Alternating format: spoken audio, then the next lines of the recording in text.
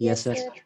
अच्छा, ये last point क्या था? Yes, थोड़ा sir. नेट डिस्टर्ब हो गया था। लास्ट पॉइंट क्या था हम पढ़ रहे थे?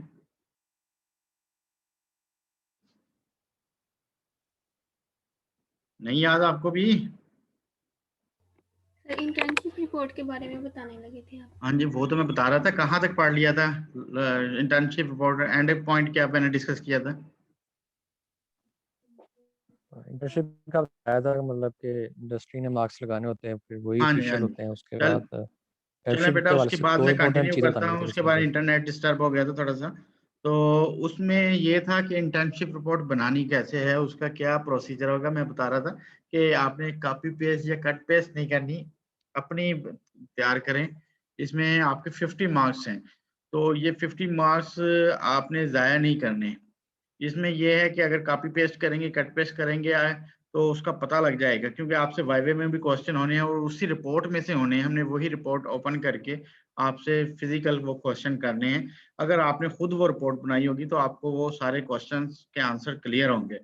अगर आपने सिर्फ जस्ट कॉपी किया है या कट पेस्ट किया है या कॉपी पेस्ट सीनियर से लिए, तो दैट्स रॉन्ग, और आपको वो क्वेश्चन भी नहीं आने कि इस पेज पे क्या लिखा है मैंने। तो शॉर्ट बनाएं। इसमें दो तरीकाकार हैं। अगर तो एक प्रोसीजर मैंने यहाँ लिखा हुआ है, आपको सामने शायद नजर आ रहा हो कि ये मैंने कंपोनेंट्स लिखे हुए हैं इंटर्नशिप के, क्या हैं कंपोनेंट्स। एक तो ये तरीका है, ये मैं पहले आपको बता देता हूँ इसमें क्या है। इसमें टाइटल सर पेज है। नजर नहीं आ रहा। सर फाइल क्लोज होगी। चले मैं दोबारा शेयर कर रहा हूँ आपके साथ, 1 मिनट।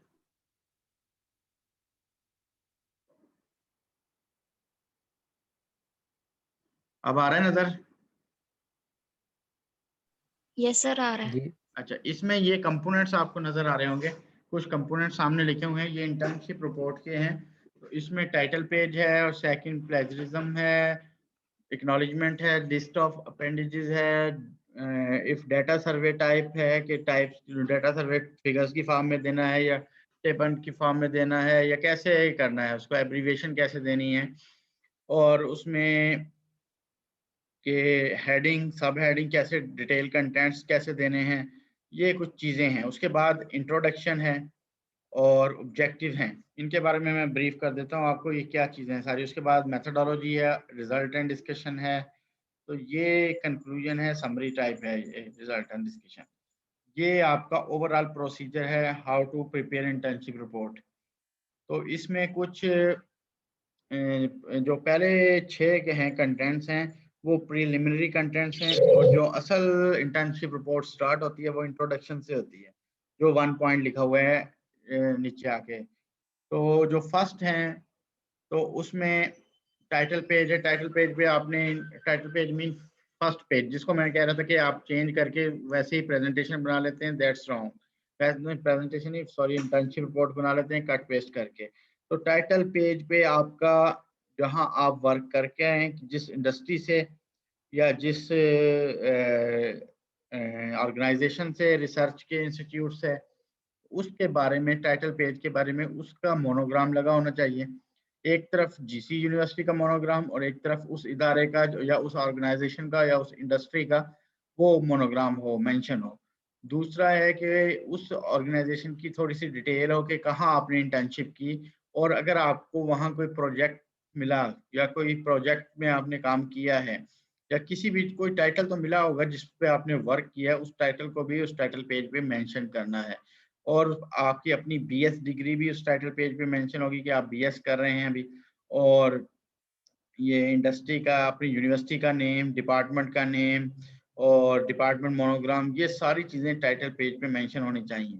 और उसका भी स्पेसिफिक फॉन्ट होगा टाइटल पेज का। ये आम पेज जो सिंपल होता है उसका 12 फॉन्ट होता है, लेकिन इसका पेज, टाइटल पेज पे जो आपने टॉपिक वगैरह देना है या इंडस्ट्री का देना है, तो उसका फॉन्ट मोर देन 20 होगा, यानी 24 तक होगा। और आपने जो अपने बारे में अपना डिटेल देनी है कि आपका नाम, आपका जो है, आप स्टूडेंट हैं, बीएस स्टूडेंट हैं या जो भी हैं, आपकी डिग्री कौन सी है, BS food science and technology, वो उसका फॉन्ट 20 हो या 20 से बिलो भी हो सकता है।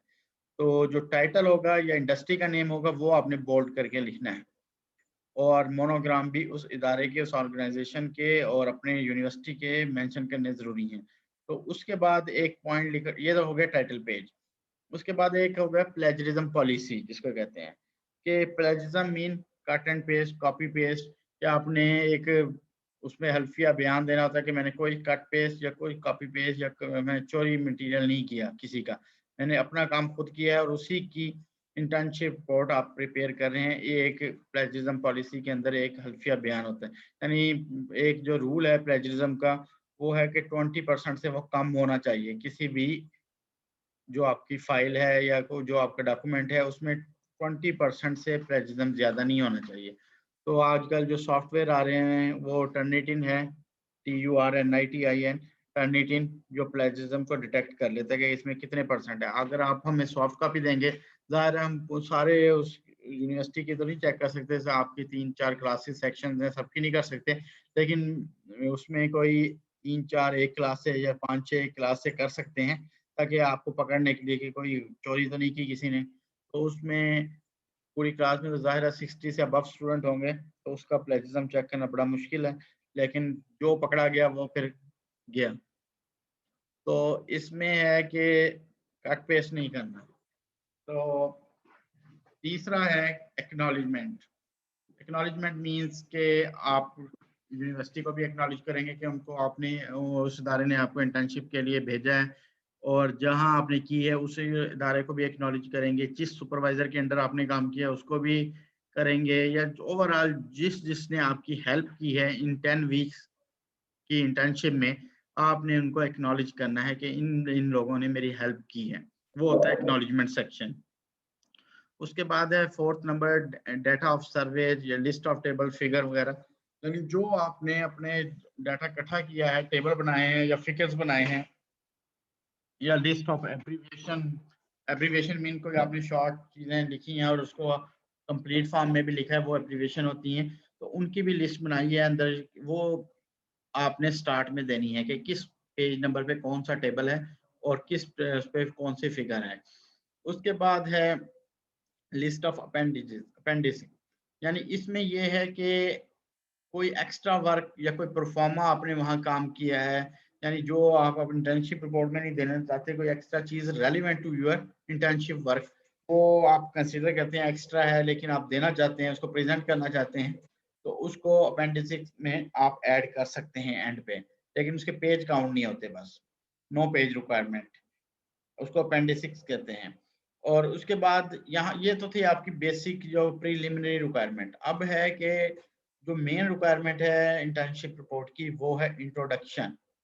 ठीक है, उसमें ये है कि फर्स्ट 1 to 2 पेजेस में आपने जिस इदारे से कर रहे हैं उसका इंट्रोडक्शन देना है, कब बना, कब वो इंडस्ट्री बनी, या कब से वो स्टार्ट है, उसके कहाँ कहाँ सेक्शंस हैं, कितने सेक्शंस हैं, कौन सा काम फूड का प्रोडक्शन में हो रहा है और कौन सा क्वालिटी में चल रहा है।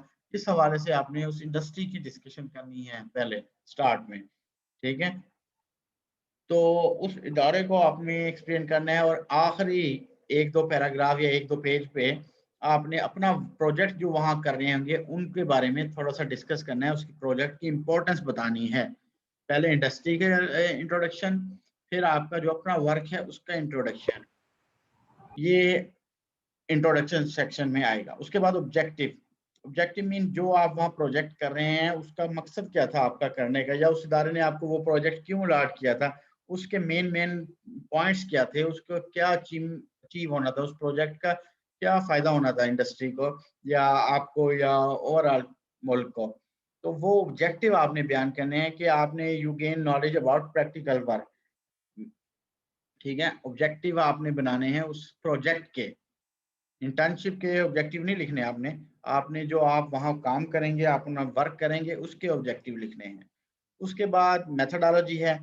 मेथोडोलॉजी में ये होता है बेटा कि जो आप काम कर रहे हैं डेली का, इसमें मैं रिकमेंड करता हूँ कि जो आप काम करते हैं डेली का या 1 to 2 डेज का या पर वीक, जितना भी आपने काम किया है वो अपने सुपरवाइजर से साइन करा के वही चीज़ इंटर्नशिप रिपोर्ट के अंदर लगा दें, स्टेपल कर दें। ये नहीं कि आप लिखते रहें, पेजेस भरते रहें, ऐसा नहीं है। जो भी आपने काम किया है, ये मेथोडोलॉजी और रिजल्ट एंड डिस्कशन का पार्ट यही है कि यहीं से हमें पता लग जाता है कि आपने काम किया है या कट एंड पेस्ट किया है। अगर आप काम कर रहे हैं उस सुपरवाइजर के उसी पे साइन आ जाए, उनकी स्टैंप लग जाए, उसका नाम आ जाए, डेट डाल दें वो, तो वो काम आप साथ अटैच कर देंगे, तो वो हमारे लिए ज़्यादा इम्पोर्टेंट है, बजाय आप कॉपी पेस्ट करके पूरे के पूरे 100 पेज भर दें। हमें 100 पेज नहीं चाहिए, आपने ब्रीफ लिखना है और रेलिवेंट टू योर प्रोजेक्ट लिखना है, और उस सुपरवाइजर के जो प्रोजेक्ट आपको करवा रहा है उसके साइन डेली के या पर वीक तो कम से कम होने चाहिए। तो वो साथ स्टैंप और डेट डाल दे कि इस बंदे ने ये काम किया है, ये मेथड अपनाया है और उसके ये रिजल्ट्स आए हैं, और साथ वो सिग्नेचर कर दें। ठीक है, सिग्नेचर के बगैर वो हम कंसिडर नहीं करते। अगर वो नहीं करता तो उनसे रिक्वेस्ट कर लें कि ये हमारे 50 मार्क्स हैं इस चीज़ के, तो आपने जो डेली का वर्क करना है या पर वीक करना है, जो भी आपको अलॉट हुआ है, जो भी करते हैं, चाहे लिटरेचर रिव्यू या जो जिस तरह का भी वो इंटर्नशिप का इंडस्ट्री आपको परफॉर्म करवाती है, तो उस पे आपने उनके सिग्नेचर और विद स्टैम्प जरूर करने हैं। तो ठीक है, और उसमें ये नहीं करना कि मेथोडोलॉजी में 10 से 15 पेज भर दें, नहीं ये नहीं है, ना रिजल्ट एंड डिस्कशन में। यही चीज़ें जो आपको पेजेस पे साइन होंगे वही आपने इंसर्ट कर देनी है और या स्टेपल कर देनी है। उसके बाद ओवरऑल जो आपने वहाँ वर्क किया है या इंटर्नशिप का आपका कैसा एक्सपीरियंस रहा है, वो आपने वहाँ कंक्लूजन में लिख देना है। वो 1 पेज का होगा और उसमें आपने मेंशन कर देना कि इन 10 वीक्स में आपने ये चीज़ें सीखी हैं। ठीक है, तो ये था ओवरऑल इंटर्नशिप और इंटर्नशिप रिपोर्ट के बारे में। कोई क्वेश्चन है तो आप अभी पूछ सकते हैं। 1 मिनट 2 मिनट रह गए, जल्दी करें बेटा।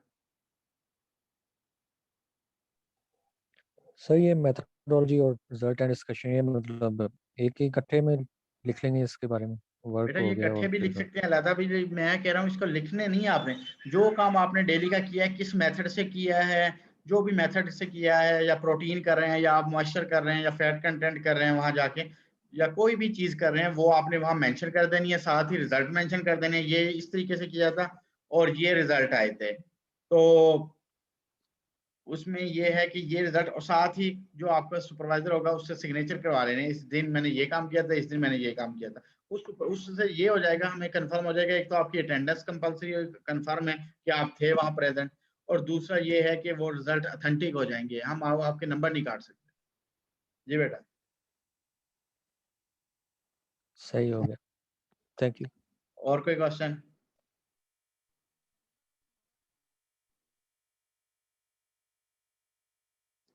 समझ आ गई है? वैसे सोए हुए हैं?